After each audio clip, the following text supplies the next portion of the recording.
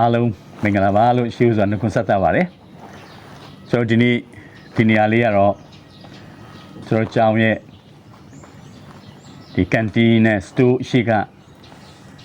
multi purpose နေရာလေးပေါ့နော်တဘာဝစပွဲလေးနဲ့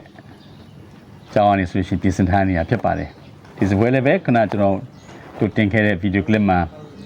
သူဆိုလာဖေးမိသားစုကနေပြီးတော့လူတန်းထားတာဖြစ်ပါတယ်ဒါကျွန်တော်တို့ရေဘူးဓမ္မကျမ်းစာကျောင်း SES ရဲ့မှတ်တရလေးပေါ့ပြီးတဲ့ခါမှဒီကိုပြရဲ့အနောက်ဘက်မှာလည်းတစ်ခုလေးကျွန်တော်လှုပ်ထားတာရှိတယ်ဒါလည်းဖျားခြင်းကျေးဇူးတော်ပါပဲကျွန်တော်တို့တွေတောင်းကြောင်းသားမိဘတွေလာတဲ့ခါမှာတော့၎င်း information ဒါပြီးတော့စုံစမ်းတဲ့ခါမှာတော့၎င်း registration လုပ်မနေရလေးခုတော့၎င်းအသုံးပြုတဲ့နေရာပေါ့ဒီနေရာလေးကိုဆိုရှင်ကျွန်တော်တို့ပြီးခဲ့တဲ့3နှစ်မှာကျွန်တော်တို့အကောင့်နဲ့ပို့လို့ဆောင်ထားပါတယ်ခုမှတော့ကျွန်တော်တို့လာမဲ့ကြောက်ဖွင့်မဲ့ရာသီမှာ2026ဇွန်လ3ရက်နေ့မှာဆိုရင်ကျောင်းသားတွေမိဘတွေရောက်ရှိလာကြမှာပေါ့ကျောင်းအနိုင်အစီအစဉ်မှာရောက်ရှိလာကြမှာဖြစ်တယ်ပြီးတော့ကျွန်တော်တို့ဒီဘက်နောက်ဘက်မှာဆိုရှင်ဒီကျောင်းရဲ့ကွန်ပျူတာအတွက်solar system နဲ့အသုံးပြုတဲ့ဒီကွန်ပျူတာအလုံး20ကို laptop အလုံး20ကို Nippon Japan Foundation ကနေပြီးတော့ကျောင်းအတွက်လူတန်းသားပေးတာဖြစ်ပါတယ်အဲဒီ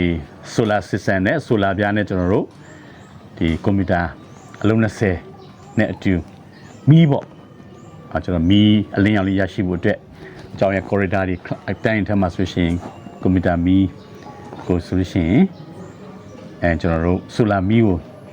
ကျောင်းအနေဆိုရှင်အသုံးပြုနိုင်တာပေါ့ဒါလည်းပဲခုနဖျားရဲ့အစီအစဉ်မှာပဲ Nippon Foundation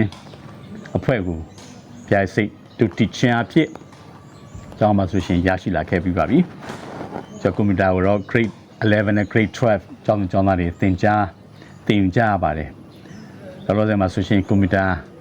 ကျွန်တော်တို့38လုံးပေါ့ကျွန်တော်တို့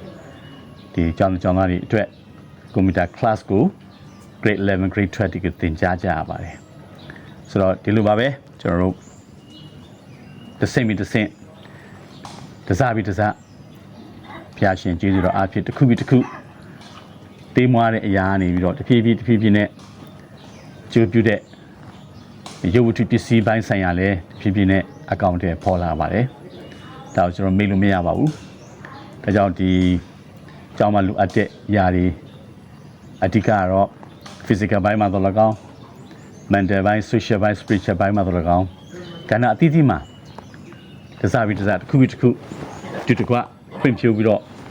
တိုးတက်လာဖို့အတွက်ကျွန်တော်တို့ဝိုင်းဝန်းပြီးတော့ပါဝင်လှုပ်ဆောင်နေကြပါတယ်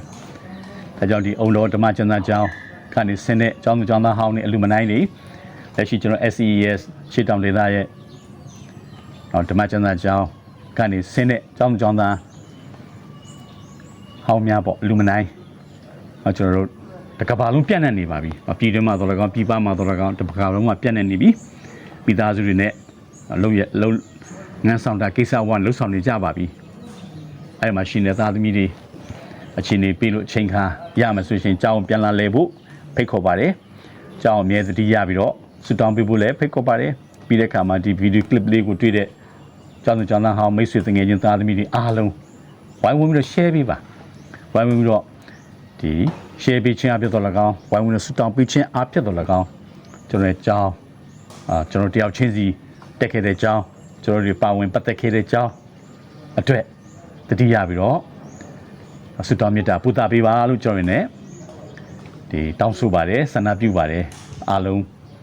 ကြံ့ကြံ့မာမာနဲ့ပျော်ရွှင်ခြင်းငြိမ်သက်ခြင်းဝမ်းမြောက်ခြင်းဆုကျေးဇူးမင်္ဂလာဖျားဖျားခံစားပါစေလို့ဆုတောင်းမေတ္တာပူတာပါတယ်အားလုံးပေါ်ဖျားရှင်ကြိုးဝါသောကောင်းခြင်းမင်္ဂလာဖျားဖျားတောင်းလောင်းချပေးပါစေအာမင်